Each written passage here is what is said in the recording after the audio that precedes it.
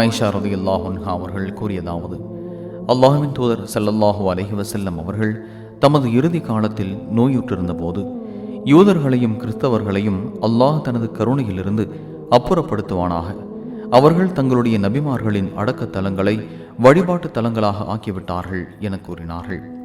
இந்த அச்சம் மட்டும் இல்லாதிருந்தால் நபி ஸல்லல்லாஹு அலைஹி வஸல்லம் அவர்களின் அடக்கத்தலம் திறந்த வெளியில் அமைக்கப்பட்டிருக்கும். எனினும் நபி ஸல்லல்லாஹு அலைஹி வஸல்லம் அவர்கள் தமது அடக்கத்தலம் வழிபாட்டு தலமாக ஆக்கப்பட்டுவிடும் என அஞ்சினார்கள் அல்லது அஞ்சப்பட்டது. உர்வா பின் ஜுபைர் ரஹ்மத்துல்லாஹி அலைஹி அவர்கள் கூறியதாவது, வலீத் பின் அப்துல் மலிக்கின் ஆட்சி காலத்தின் போது நபி ஸல்லல்லாஹு அலைஹி வஸல்லம் அவர்கள் அடக்கம் செய்யப்பட்ட அறையின் ஒரு சுவர் இடிந்து விழுந்தது. அதை எழுப்பும் பணியில் மக்கள் ஈடுபட்டிருந்த போது ஒரு பாதம் வெளியில் தெரிந்தது. உடனே மக்கள் பதறி போய் அது நபி ஸல்லல்லாஹு அலைஹி வஸல்லம் அவர்களின் பாதமாக இருக்குமோ என நினைத்தனர்.